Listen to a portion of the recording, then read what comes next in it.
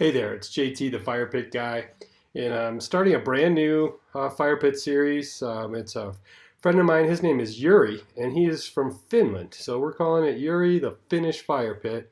It's here in Colorado, and we are going to start with talking about the gas line and some of the issues surrounding what you need to know regarding gas lines and which is essentially what supplies your fire pit. So welcome to episode 1 of Yuri, the Finnish Fire Pit.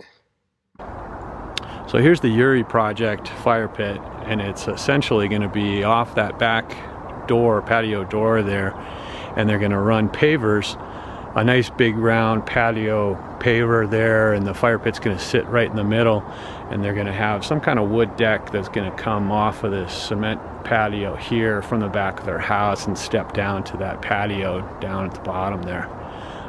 But it's going to be nice when it's done. But they've got the landscaper involved, they've got the gas guy involved, they have our log company involved, and we're gonna try to track this project from start to finish. But this is the Yuri fire pit, and it's gonna be nice when it's all done.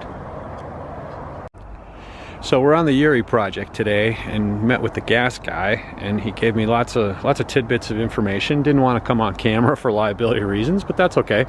Bottom line is, there's a lot of nuances to doing the gas plumbing for your fire pit. Here's the meter here for Yuri's house.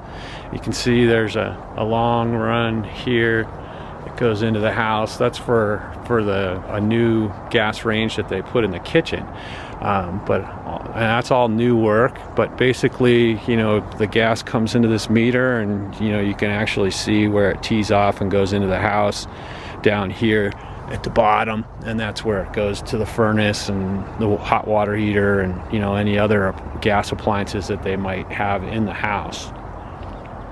But you have so much capacity, gas capacity, that comes into the house, and they have to kind of farm out and divide all the BTUs. So if you have a fire pit that you want 150,000 BTUs, well, you're going to have to factor that in with how many BTUs do you have coming in the whole house when you're doing your project on the front end.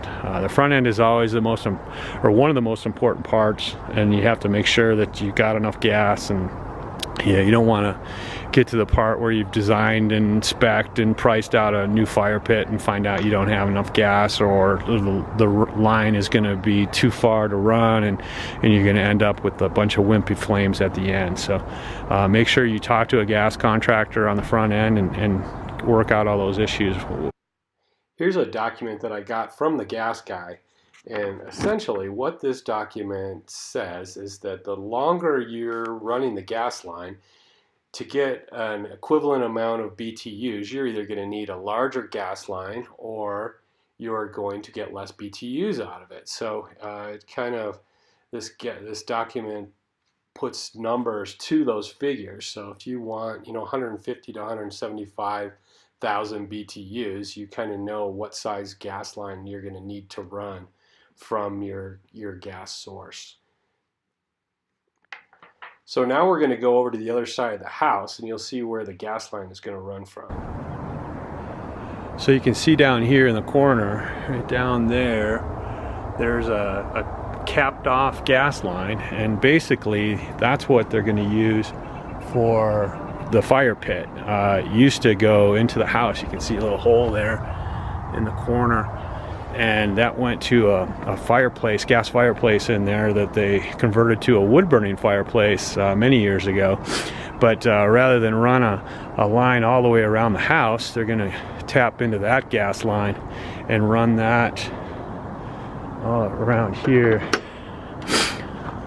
out to their fire pit, which is going to be right over in this area here. So you can see that whole distance really is only about maybe 25-30 feet, as opposed to having to run it all the way around the house and have to worry about digging a trench, and you can see these old trees have lots of roots. Super tough to dig underneath or have to dig through those kind of roots. But here's where the fire pit's going to go in this whole area here. Going to wrap up this episode, episode 1 of the Uri Finnish fire pit.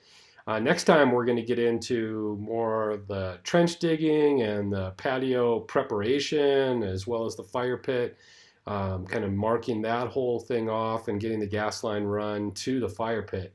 So look forward to sharing that with you here in the next few days or week. And until then, spark your flame, share your stoke.